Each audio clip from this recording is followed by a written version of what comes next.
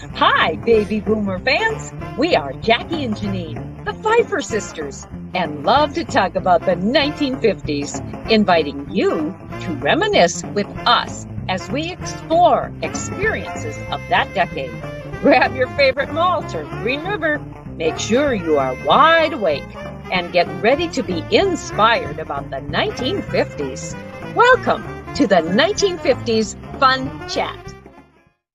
Happy New Year, everyone. Glad to have you with us for another exciting trip around the clock, you might say, Jackie, when it comes to talking about the 1950s and the impact that that decade had on our lives. And Jackie, where are we going from here today? Well, before we go anywhere, I'd like to remind our viewers of that banner down below, While the Windmill Watched, .com. And that will take you to a page that describes so many things about our book, While the Windmill Watched, A Slice of Rural America in the 1950s. And folks, if you haven't read that book, it's very easy to order this book because if you look at our website, you'll see above vendors where events where we are. It talks about the book, and it also in the upper right hand corner talks about the 1950s Fun Chat. But you'll see under vendors, or even when you open up the page, click right there and order the book from our international source, NDSU bookstore. That's North Dakota State University. And That's no matter where you live, might be snowy, it might be icy, it might be sunny. It's always time for a good book. It is, and it's very easy. And we've been told it's really a good read. So you look at the book up on the upper right-hand corner, and that cover is a beautiful North Dakota sunset. There are plenty of them there. It wraps around the book, and you'll notice a little white dot. And that little white dot is a very special little dot because in 2021, the book was published. In 2022, it won this little award, that the little emblem there that is on the book. It's called the National Independent Press Award in the regional nonfiction category as the distinguished favorite. So the little book is really glad to wear that little label. Okay, on with the show, as we have heard someone in past history say. This is number 122, and Elaine Otte is our guest today. Elaine came into this world in 1952 in a small town of Clarinda, Iowa, which had a population of about 7,000 at that time. Her education includes the Clarinda Public Schools system and Central Missouri State University, where she earned a Bachelor of Science in Foods and Nutrition and a Master's in Health and Administration from Bellevue University in Bellevue, Nebraska. Elaine began her first career as a registered dietitian and certified diabetics educator, and her second as Chief Operating Officer of the Clarinda Health Center. She now enjoys retirement, serving on the Atlantic, Iowa City Council, volunteering for multiple community organizations, as well as being active in the Zion Lutheran Church. Elaine, welcome to the 1950s Fun Chat. Oh, I am so glad to be here. Excited about talking about the 1950s. Oh, good. So speaking of the 1950s, when you recall growing up in a small town in the 1950s, what comes to your mind? Probably the first thing that comes to mind is I grew up in town and in a neighborhood of a lot of baby boomers. There were probably about 40 kids within a 4 or 5 block radius, and we had a backyard a big backyard that we could all play in, and we played in that yard from morning till evening, and we dutifully went home at noon and at 5 o'clock when the whistle blew that let us know that lunch and supper was ready. So all the friendships that we made there, it was a time of freedom and friendships. Thank goodness for many whistles or having the lights come on or sirens that notified kids of what they were supposed to do next in the 1950s. Oh, absolutely. As I thought about that, the freedom that that we had to play together and spend all of that time together, but it also gave us that opportunity to learn some decision making skills. We didn't have a lot of adult supervision during that playtime, and so if there was an argument that came up, we had to settle it among ourselves, and you could either decide to how that happened. And Yes. so often now that we intervene with children and we make the decision, so we got to make those decisions, and you kind of had to live with the decision that was made. So I think we also learned a lot of responsibility when we had that freedom. So we had freedom, but we also learned some responsibility along the way. That's right. Amazing. How did of course, back in that day was when most women were stay-at-home moms. How did your mom respond to that, having you gone all day? Well, we especially in this, in the summertime when we weren't going to school, you had chores to do, and you did your chores before you went outside to play. So again, you were anxious to get done with what you needed to do. But I also distinctly remember saying, you need to go outside and play and don't come back until lunch. Oh. So, I think they were glad to have us out playing, and they felt like we were safe. And so that was part of it, that, they knew where we were. And again, part of growing up in a small community is, if you were doing something naughty, someone would tell on you. So, there were lots of people who were watching out for us. That's good. I remember in a class of child development that this phrase was, play is child's work. And what you touched on sort of says that as well. It's just working through life. It very well is. And I think we also formed lifelong relationships. But, when talking about, moms being stay-at-home moms, one of the things that I do remember in elementary school was that there was a hot lunch program, but only for the quote unquote bus kids. In town, you had to go home at noon. And now, can you imagine, that saying, y'all must go home for lunch?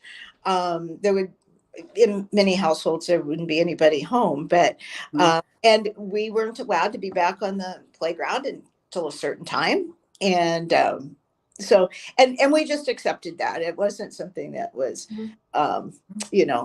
abnormal. And we all walked to school. No one got brought to school, and so we walked whether it was raining or snowing or sun was shining. But again, those were times when you decided, are you gonna get along with this person? Who are you going to walk with? Who are you not going to walk with? All of those sorts of things. And then another thing that we got to do with the school was, as a sixth grader, then we were crossing guards, and it was, we got a little pen from, I believe, AAA, but there were probably about 5 or 6 crossings that we were, and we got to wear our little, kind of sash belt, and we were the crossing guard. So again, they gave us a lot of responsibility that watch out for someone else. And I think that was part of growing up in the 50s. And even as we perhaps will talk about a little bit later on, we didn't have like the one-room schoolhouse, but in 4-H, that's something that I remember. There were always older kids and littler kids, and the older kids would help the little ones, and the little ones would look up to the older ones. And so I think it was a great time to grow up in. And so school, I have fond memories of school and backyard growing up. Tell us about any special backyard activities that you did in your community. The things that we did in the daytime, basically, baseball was what we were playing in the while the sun was still shining. And then once the sun started to go down, we played things like hide and seek and kick the can and some things like that. But one of the things that I remember, we had a junior high teacher that lived in the neighborhood, and he would come and participate some. And there weren't a lot of girls. It seemed like the baseball was a lot of boys, and we would play the game of workup, which is you got to bat, and then you got to bat until you had an out, and then you went back out to the field and worked your way back up.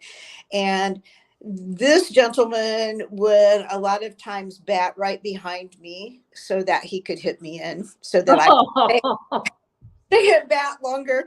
But I did pretty well keeping up with the boys in the neighborhood until about fifth grade or so. And then I didn't do quite so well. But so people in the neighborhood were good. I think there was a wintertime activity that you had told me earlier in our conversation that was very unique, I think, to Clarinda, Iowa. Absolutely. And it happened to be on Main Street. The name of the street was Main Street. And it was probably about four full blocks of a hill. And in the wintertime, the city would not plow that street so that we could sled down that street. And they also blocked off all of the crossing roads, would put up flares so that at night they would light flares, and people from all over the community, when Dad got home from work after supper, they would come and we would all be sledding. It was such a fun activity. And again, you had all of these different ages, people all over the community. It was such fun.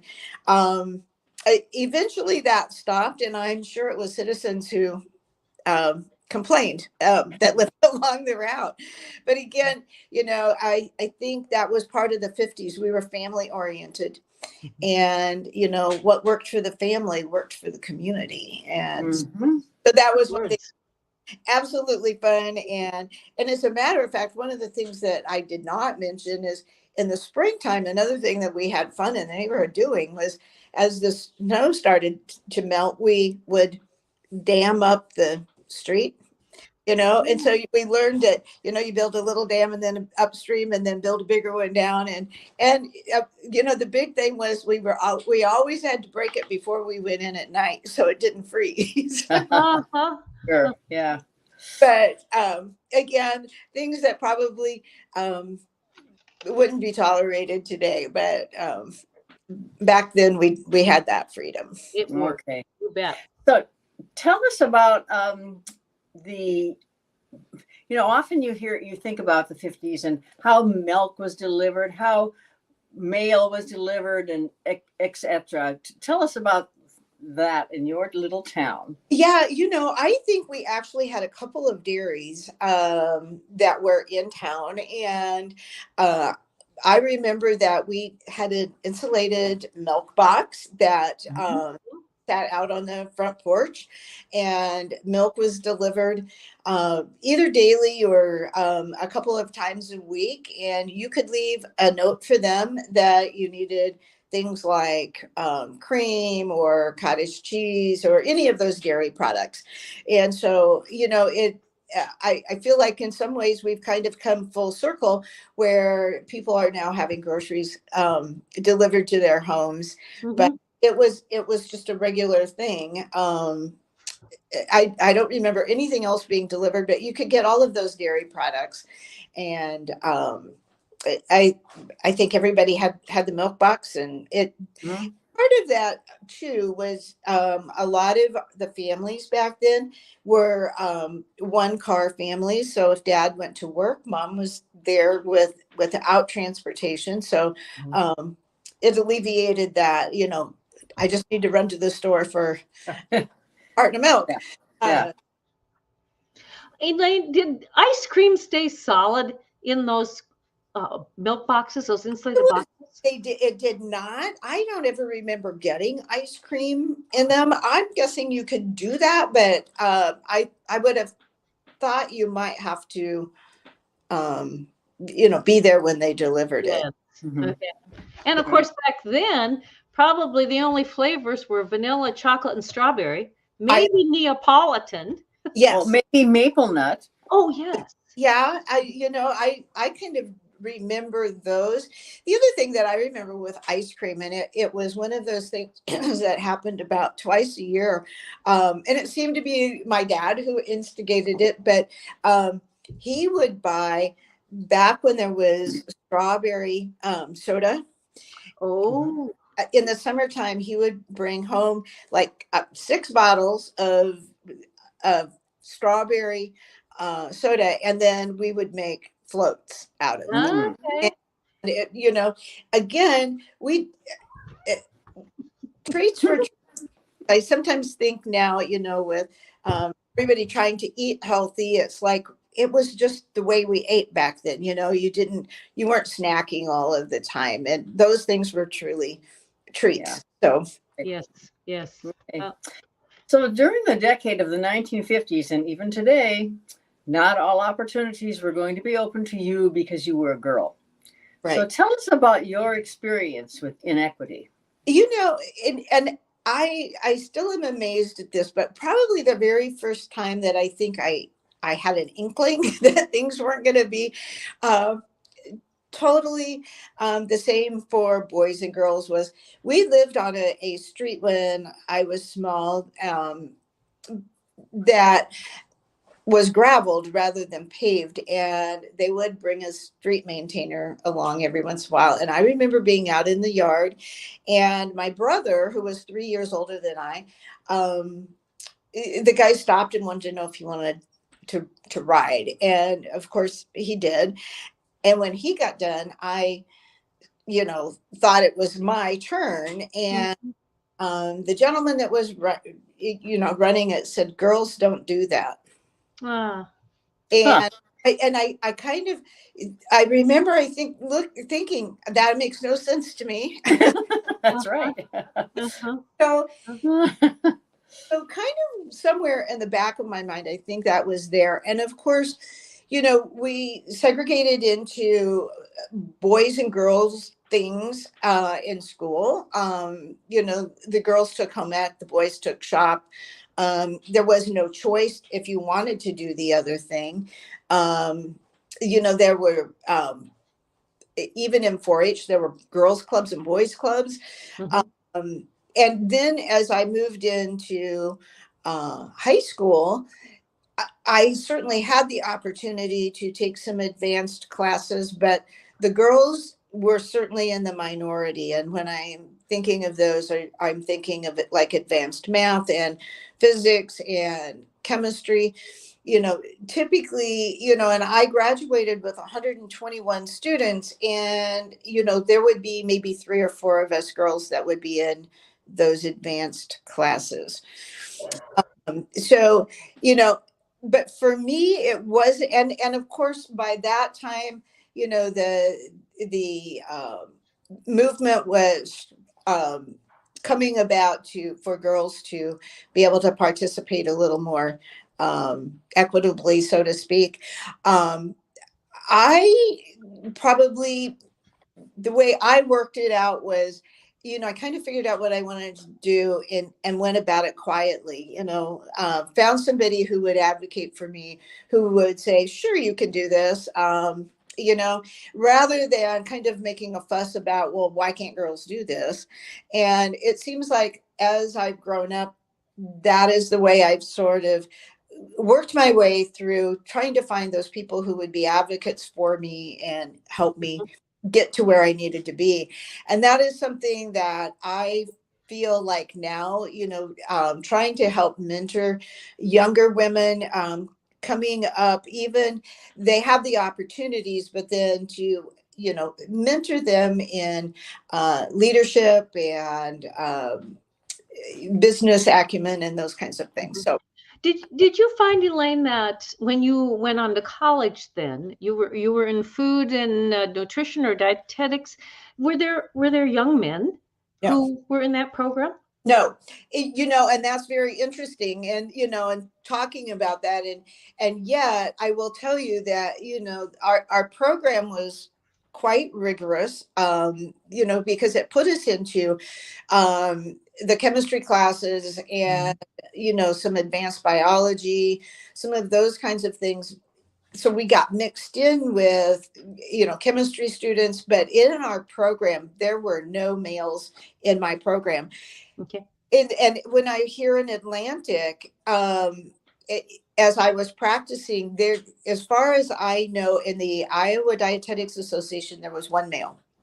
Oh. And he Yeah. actually worked for the state of Iowa as part of the annual inspection from the Department of Inspection and Appeals. Okay. So he worked there, so he wasn't working clinically. And I would say that field is still highly female. Mm-hmm. Mm-hmm. But I think that's where I kind of found myself. Our program was rigorous. I had as many business hours as my husband did, who was a business major. Ooh. Science, but I also had all of the business end of it. And so that has served me well as I went into hospital administration, I had that business background along with the clinical work that I had done. And so, it served me well. And as I retired and have moved into city government, again, my experiences as a dietitian, as a hospital administrator, are serving me well in local government. So I think you can go about things quietly, but we need to be aware: are we shutting the door on someone, and how can we help them get through those doors? Yes. Yes. I'm going back on another subject. In the 50s, there were all kinds of cars. Yes. Including station wagons. Our family never had a station wagon, but I've always felt that families who had a station wagon, they just had so much fun traveling together. And did you have a station wagon? We did. And, after we had visited, one of the things that I thought about that was such fun and that we didn't really talk about was we would go to the drive-in movies. Oh, okay. And that was something that we did a lot as a family. And if, you were little enough that, mom and dad would probably throw a blanket and a pillow in the back, and, we're getting ready to go to sleep before the movie got over.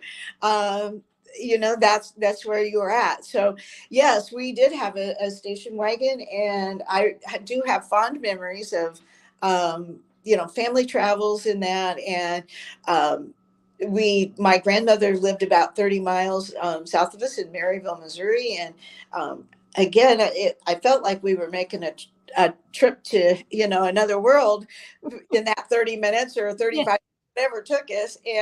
But you could play games on the way. You could be back there coloring or whatever. So we did. Was there no seatbelts to constrain you? No. And you live to tell about it. Yes. It was fun. That would have been fun if we would have had one. But yet, I guess for us too, with having driven a sedan, a 4-door car anyway. Oh, one of us, if we were going on a trip, which wasn't very often, but would get to lay up in the back window. Doesn't matter if it was hot out or cold. That was the treat. Yeah. And we didn't always have a station wagon. And I remember, being in that back window. And so they were fun times. And just some of that freedom that we had. And so, yes. So, Elaine, you are now a member of the Atlantic, Iowa City Council. Correct. What from the 1950s, if anything, had prepared you for this opportunity to have city leadership? One of the things that, I just picked up on a little phrase this morning, trying to create a community that you would choose to live in. And so I think my experience growing up is, and thinking about those things that help to shape me, uh, we need to try to provide that opportunity for our citizens, for the children that are growing up here. And so I think that family orientation, and making sure that we've got the things that families would choose to come to Atlantic to raise their families. And we're fortunate, we just had an election, and so we have 3 younger people that with families that just came onto the council that will help us to say, yeah, but that doesn't work for us, so Yeah. and will help us to do that. But we are fortunate here to have a YMCA that brings us all together. You can go down there, and we have preschoolers there, and we have 90-year-olds there. Wonderful. And we can all be in the building at the same time, so for me, for example, as I'm going in and out of a yoga class or whatever, the little people may be in another gym, so I get to see them, I get to hear all that laughter that's going on. But they also get to see that, oh, here comes grandma, so to speak. And, so they see older citizens in the community, and we are more likely to stop and watch, and they know that, and we get the smiles from them, and I think they enjoy that they can tell somebody is caring about them. So I think that 50s really brings us to what we need to do, and even some of the things that we're working on with Parks and Rec, trying to provide some of those things, and reminding ourselves that as a city, we need to provide opportunities for families to come together in a safe environment and have that family time. Now, we're probably not going to stop plowing one of the streets. Yes, I wondered about That's what I was going to ask you. Is that going to fly? Probably not going to happen. Okay. There are things. We're working on a splash pad. And, so that will be able to be used most from, almost sun up to sunset. So families can come and go there. It might be a nice place for moms to gather so that they can visit while the kids are playing and those kinds of things. So I think, again, kind of looking back to say, what did the city do for us back then that helped shape where we were? And another thing that we kind of learned was, and it seems like this would be something that my dad would have said to me, and yet it was an educational meeting that I went to. It was one of the presentations, and it said, find a way or find an excuse. You decide. And, I think that is what we grew up with too, again, was, we were expected to kind of figure out what we need to do. And so I think the 50s really, a sense of community is probably the biggest thing that it did. Yes. And as children, and I don't know how we help them with this, but not that we didn't have some things, because you all probably remember when we started worrying about the nuclear bomb. And we were in grade school when that was happening. And yet we didn't have the 24/7 news cycle that, we were hearing that all of the time. I think about children now and what they hear and the worries that they have, that they don't have any control over, some of those worldly things. So and the volunteerism, and I think that's something that, again, we were kind of taught, try to leave things better than they were when you found them. Kind of getting people back into taking care of neighbors, and that's I'm kind of working on a couple of things to, if someone can't scoop their snow, obviously that's a code violation, and we can chase them around, or we can see if we can find somebody that can help them. Mhm. And same thing with yard waste. I do my own yard work, and so I'm going out to the compost. If somebody's got a couple of bags of something that I could throw on and take out for them, Sure. a Why not? couple of those things. I'm trying to kind of garner some groups, whether we call. I'm also doing it on bike trail because I bike, and I'm calling them bike buddies that we can, or trail buddies, and so that we can help to maintain the trails Mhm. back. But so I'm kind of hoping we can find a shovel crew or something like that. But basically, neighbors helping neighbors. Yes. Does a high school have a encouragement for especially juniors or seniors to volunteer so many hours a year? I think they do, and I do think the chamber has tried to tap into that, but that is one of those things that we really need to look at and get the kids involved. And I do know that we've got a couple of businesses now that are also working with the school, like with the trades, so that Mhm. we just sold some property to the school for their industrial arts to build a home on it. Cool. Nice. We made, like we sold it to them for $1 and the property, and then the building will be built by the students. But Oh, again, and I think that goes back to some of those 50s kinds of things where we mhm. got to experience those things. Mhm. We couldn't wait to go to tassel corn. Lucky you. But Honest. yeah, it was a way for us to earn money. And Yes. so, and again, there were crews of us that went out. We started at 6 o'clock in the morning, and so Elaine, would you back up, please, and tell people of what you are speaking and why you were doing this? absolutely. In the seed corn world, they, in order to keep it so that it will be 4 seed corn, there were 2 male rows and 6 female rows, and we needed to detassel, take the tassel off of the top of the corn before it pollinated. And so you did those 6 rows, and of course they set you down. So you'd go out, and we walked those fields, and it would be hot. We'd be hot and sweaty, and of course the corn was always taller than we were, so you pull that off and all the stuff from the tassel would be all over you. But again, it was, you'd have kids from, I think we had to be 14 in order to get on a detasseling crew, and up to probably juniors in high school.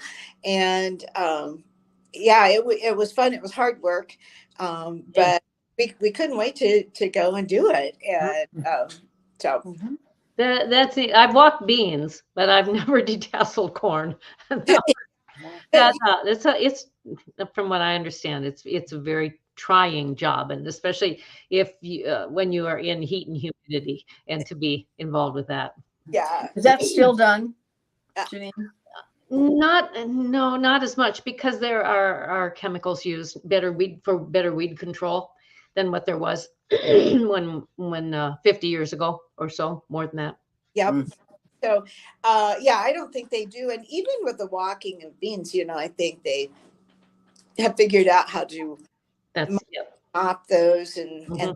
thing. But it was a real thing. And I think, we would meet at the high school, and it was basically just like a stock truck, you know. Uh, it Okay, hang in there.